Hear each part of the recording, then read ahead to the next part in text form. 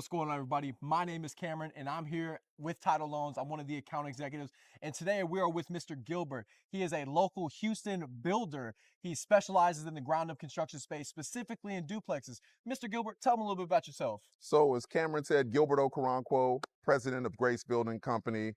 Actually, I've been in Houston since 1998. I went to the best school in Houston, Rice University. But outside of that, we got into landlording before we did development. We started Grace Building Company in 2016, and uniquely, we started with duplexes. A lot of it had to do with some of my time in my youth, also in college, and just from W-2 working experience.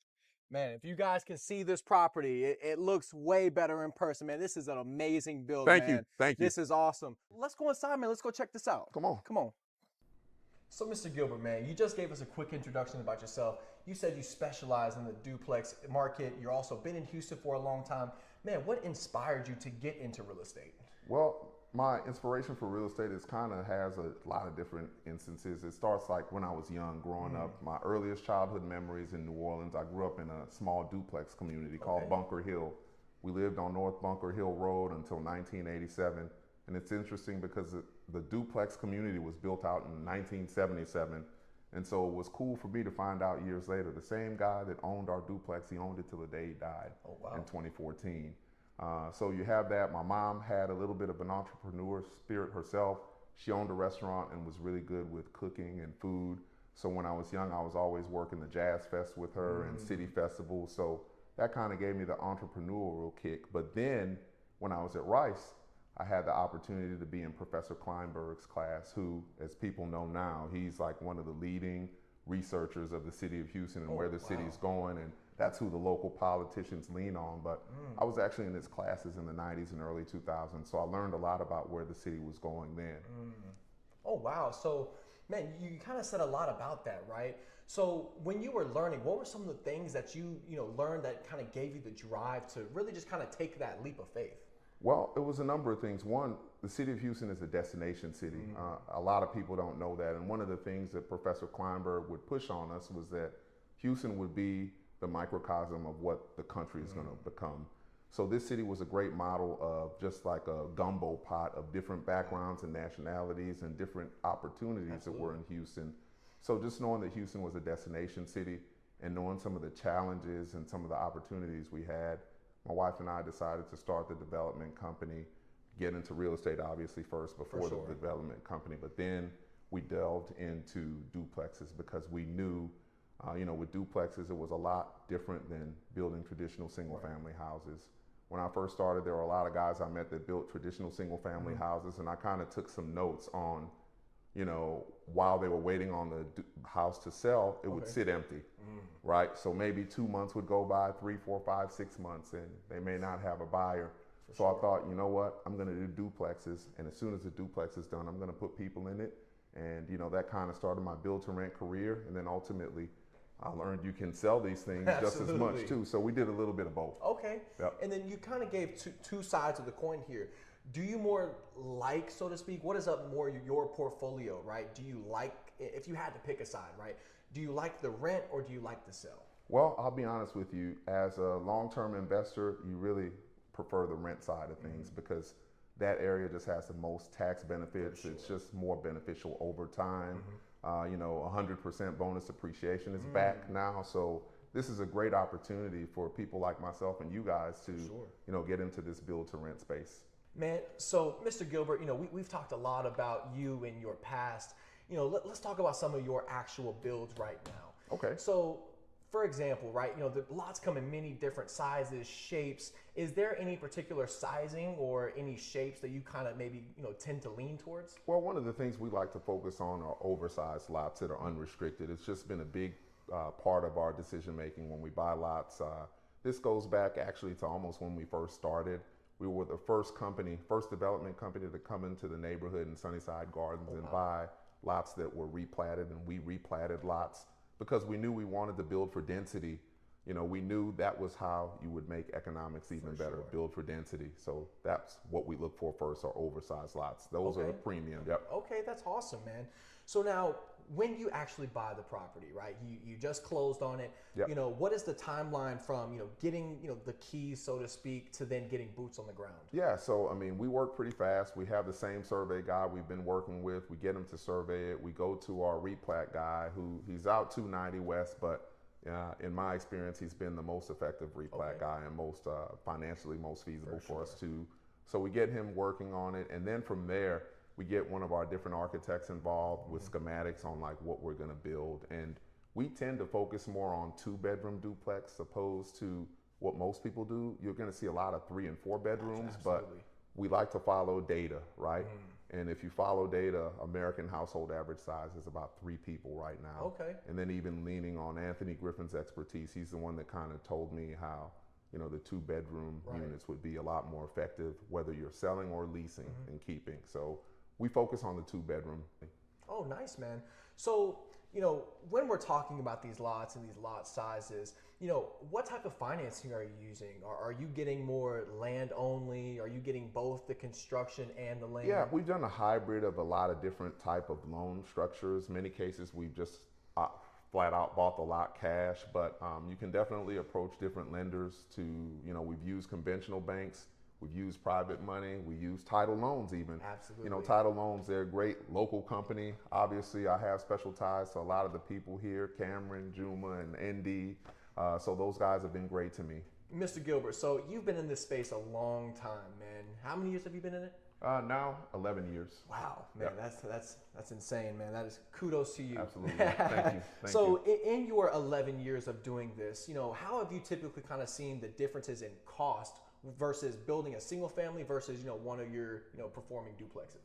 Well, they're not that much different, honestly. They're somewhat comparable. Obviously, the difference in a duplex is the mechanical structure, right? You're doing 2 of everything, you know, 2 kitchens, 2, you know, 2 AC systems. Gotcha. You have 2 different electrical systems, 2 different electrical boxes. So the delta isn't that much of a spread, but still a little bit of a spread. Okay, nice, man, nice. And then, so, you know, speaking of that, you know, I'm assuming the cost can get very costly when you're building 2 of everything, right? It can be, yep. Yeah, so, you know, what would you kind of give a nice little tip plug in for some of our newer ground up construction investors to maybe kind of help with, you know, not overcharging or, you know, maybe kind of biting off more than what they can chew? What are some tips you have? I would say some of the tips I even learned from watching people that did it a little bit longer than I have is just, you know, storing some certain materials you may need, you know, not having to buy everything at a spot market price. Right. You know, that's a big part of it. I learned that one of the first ways I saved was with OSB plywood. There was a period, maybe about 4 years ago, when plywood was just all over the place, but we had some stored plywood. So other people were spending about $40, $50 a sheet on plywood. We still had our $10 plywood. So that really helped us in like about 5 builds. So incorporating storing material. And then also not thinking you need to buy all of your material from retail stores. And I'll say this too, Home Depot gets a bad rap, but I love Home Depot. Home Depot has been great to me. You know, they extended me a line of credit early on in my business career with them. So I was able to get a lot done with them and get a lot of my materials from them, if not sourced from Amazon. So now, you know, what is maybe a way that you have managed your budget? How do you effectively do that at the volume you do it at? Well, I'll say this, when you're managing your budget and just the process of construction, there are different checklists and different things you want to make sure you're doing right. Like a mistake I see a lot of new investors make in ground up development, they'll deliver the majority of their lumber package onto a site. And it's like, why are you doing that when you only need a certain amount? And that's how things get legs and leave, and you're having to rebuy material. We do not order any material to be delivered to our site if no one is there to receive it. So even myself or Cipriano or some other guys, they may be around to receive material and adequately go through it and count it. That's a big mistake I see a lot of people make. You'll drive around and just see material sitting on the ground. And that's a huge risk, especially if you're not a volume builder. It's something you don't want to do. Absolutely. So you kind of mentioned that, hey, you know, you gave a little bit of information about some of the pitfalls that people give, you know, and you kind of mentioned about, you know, overbuying at once, storing it in bad locations. You know, would you say those are the most, the biggest issue you've kind of seen, or is there maybe an overarching theme that you're consistently seeing as a pitfall? Yeah, I think it's just not, not managing your material, because at the end of the day, no one cares about the project like you care. You're the only one. All the guys that come onto the site, the labor and the trades, they're there to do a job and go home to their family. So it's your responsibility. It's very easy early on to blame people, but the blame always lays at your own feet. So I've even had to be in positions some people would find awkward, like something gets delivered. Guess what? I spent the night there in the early days because I mean, if it took off and got legs, it would be on me. And that's some things early on I had to go through and learn, and got better at not getting stuck in that position. So it sounds like you have a lot of trial and error, man. Yeah, absolutely. Yeah. So with the trial and error, there comes lessons. Yep. What was maybe the biggest issue that you had in your early career that you would say was a really big building block in to get you where you are today? It always comes back to relationships for me. You have to value people and value relationships, because I think a lot of times as an investor, as a builder or a flipper, whatever you are, you focus on the numbers. The numbers and they have to make sense, don't get me wrong, but people create value. And if you don't value those relationships, those are big, huge holes you can have in the process. So for me, it was learning to value relationships, and you always have to do an assessment, right? I do self-assessments, and I identified where my weak areas were, and I incorporated experts in those areas. That's awesome. That's how the big business guys think. You know where you're weak, you need to have experts where you're weak. Man, that's a great tip, everybody. That is a great tip. Wow. Man, Mr. Gilbert, we've talked a lot about some of the pitfalls, some of the things that you do, your background. Let's talk about your activity today. Yep. Can you share some, recent experiences you've had with building some of your ground up construction projects? Yeah, absolutely. Over time, we get a little bit better and we learn. And one of the things Cipriano and I always talk about is as we move to the next project, we always get better because we learn from mistakes, whether it's something structurally or just from a process perspective. So one of my favorite builds we did together was 4901 and 4903 Mallow. That was property we bought from a local company, and we got that lot through seller financing. But it was interesting because we started construction on that lot in, I want to say March 2023, and we ended up completing it like in 4 months. It was crazy. Wow. We got done pretty fast in June. In 2023, that year, we weren't getting any rain in Houston, so that really helped the construction process kind of go. And so we got that one done pretty quickly, and we exited with healthy equity positions there. And that was one of my favorite builds. For sure. Yep. As you were kind of speaking there, you made a great point, is the weather, right? Yes.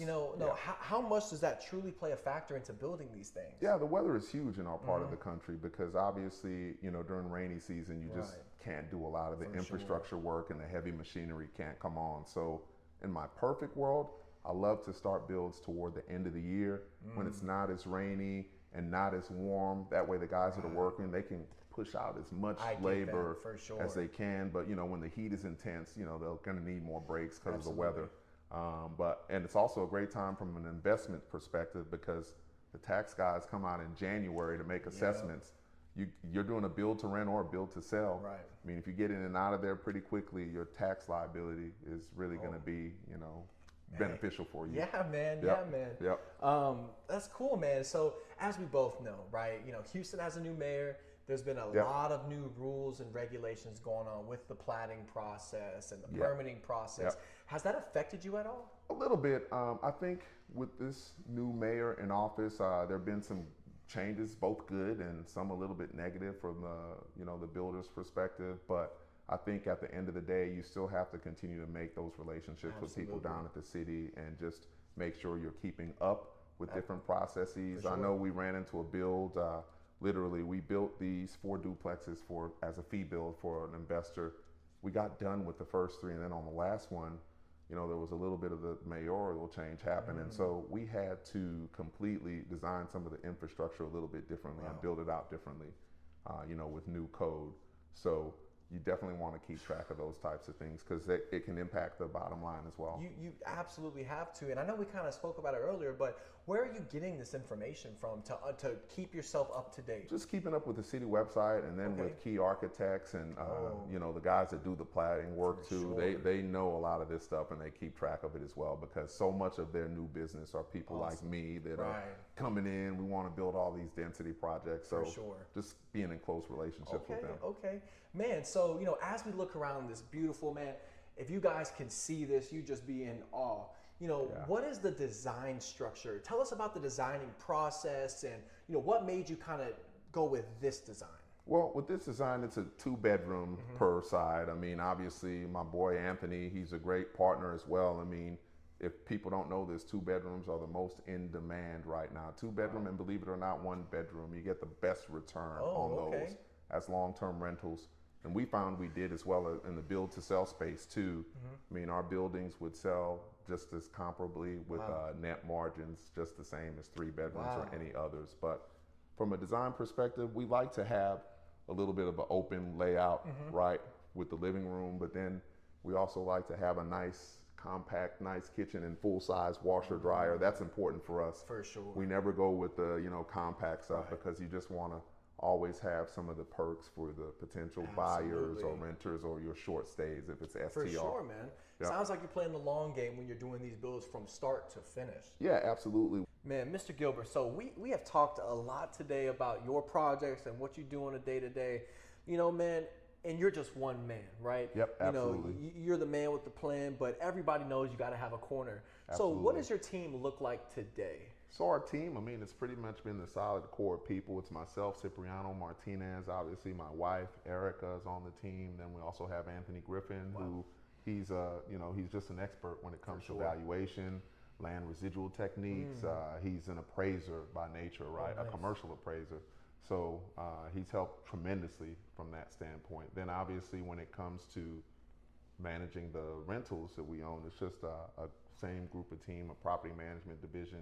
And then obviously we've integrated some of the rental collection software to kind of help with the accounting, and then also help with the maintenance requests, just the documentation side of things. Absolutely. Because that's something for new investors that you really don't get to understand until you're in it. You have to do accounting and know what's happening, where holes are, what's, you know, how much you're spending on your property too as well. So No, that's awesome, man. And you kind of said you use some rental software and you know, things of that nature. What are some maybe tools, resources that really have helped you do these things? The rental software we use is Rent Ready. I mean, it's something that we love. We started using it about a couple of years ago, and it's just been a great resource and tool for us. I think the tenants like it as well because it's kind of multifaceted. It works for them and us. So there's great infrastructure there. But as far as like implementing any AI into our ground up development construction, we're looking at a couple of things right now. I use ChatGPT, which is great for marketing, communication, and you know, talking with customers and that type of thing. But we look to implement some more and learn more about AI. Absolutely. Yeah, it's definitely a new thing, man. So man, I hope you guys can get that sooner rather than later. Absolutely. You know, just the taste of it, we're seeing the power it really can give, man. Yes, the speed it is. I mean, it's crazy. It's man, I completely agree, man. So, you know, with your team and with everything that you're doing, you know, how do you honestly manage and operate everything all at once?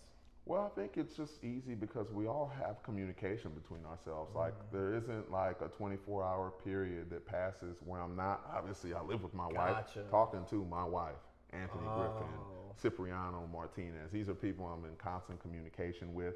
And then even outside of that, our efforts are really concentrated, our development efforts as well as our long-term rental business. All of our stuff is in District D in Houston. You know, Rice is on the south side. I'm a south side guy. You know, all my, every piece of property I own is on the south side. Every piece of land, dirt we own, south side. So, you know, because we're so concentrated in an area, it also logistically helps us and makes the best sense for us. Absolutely. Got to buy the block, right? Yep, absolutely. Well, man, I'm going to throw you an interesting curveball here, right? So let's set a scenario where you have nothing, right?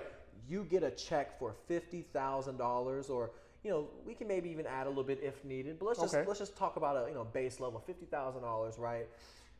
how would you get started? How would you build your empire from day one, nothing, to a seven-figure business Man, like you've that's already a done? great question. And if it's a $50,000 check and I can go back in time to when I first started, one thing I would definitely do differently, knowing what I know today, is I would have purchased more land at the beginning. The infill lots, I mean, tremendous value and upside there. When I first got started, I met a guy, an ex-military vet, who we were trying to build at the same time. He did a couple of constructions, I did too. The difference is he took his capital and he was buying land. He was buying dirt. And so today he sits on easily 7 figures of just infill lots in and around this same area. And we're building, we're mansioning this, we're doing that. And so he's seen just the values more than 10x, 15, 20x, 25x. And so land, it's tough to call yourself a builder or developer if you don't have a land inventory. I learned that early on. But outside of that, that's how I would start if I could go back in time. Now, if you give me $50,000 today in today's 2025 economy, my answer is a little bit differently. I think I'd take that 50,000, some of it, and invest in learning a little bit. Okay. Nothing wrong with education. Invest in learning. Gotcha. Make sure you know about process. Read, get books. It's valuable information that's right in front of you. This is some stuff. Sure. Like, people will pay tens of thousands of dollars of money to learn things that if they picked up some books or just went to YouTube, Absolutely. I mean, you'd learn a bunch. And I think something else you have to do in today's time, you have to get in communities with people that are doing the things you want to do. I think that's huge for me. I'm part of a group of community where we're always in constant dialogue with local landlords. That's awesome. Right, that's huge. Local builders, that's huge, because how can you learn something from someone that isn't doing or hasn't done what it is you're trying to do? Absolutely. So in today's time, people are always trying to teach you theories on things they haven't executed. Man, that's awesome, man. That is awesome. So, man, we've talked a lot about your today.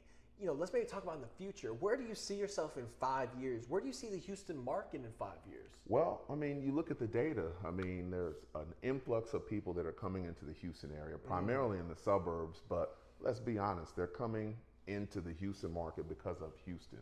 Right. So it's always been that way. Houston is a destination town. We're going to be the second most populated MSA by like 2060, they say. Wow. So there's going to be more growth to come into the area. So what I've been working on recently is just adding to my skill set and certifications. That's awesome. I'm trying to learn a little bit more about commercial valuation. Oh. Right, just add some Okay. skill sets and certifications to my tool belt and just get ready to get into the commercial world eventually. I think housing is always going to be at the forefront, and how we see housing, I think it's going to change a little bit in the Houston market and just all types of markets. So we're just trying to position ourselves to be in a better position from a balance sheet perspective, and then just get ready to acquire potentially some commercial real estate. Absolutely, man. Well, so Mr. Gilbert, today has been awesome. I feel like we have learned a lot. Man, I love everything that you said, from the tips to the strategy to the thought process behind things. Man, if anybody had any other questions, where could they find you? Well, you can find me on Instagram, on Twitter. I'm at Houston Duplex, literally at Houston Duplex. I'm on Twitter, Threads, and Instagram for anyone that wants to follow. We like to educate the local community on what's going on in Houston. We give a lot of a vibe of what's going on in the local market, so people can really, kind of keep track of what's happening in real time. We have boots on the ground, both as a development company and a long-term, investor. So we kind of know the vibe of what's happening. Right. Man, if anybody needs a phenomenal builder in Houston, hit up our guy Gilbert here. This has been presented to you by Tidal Loans. We're private lenders for real estate investors in Houston. So if you guys need a builder, get with Mr. Gilbert here. And then we work very hand in hand with Mr. Gilbert, so we can also assist you guys with the financing, whether it be long-term, short-term, ground up, bridge deals, whatever you guys need, we have it. Man, this was awesome. Thank you, Cameron. Thank you I appreciate so much, it. Thank man. you. Awesome. Thank you.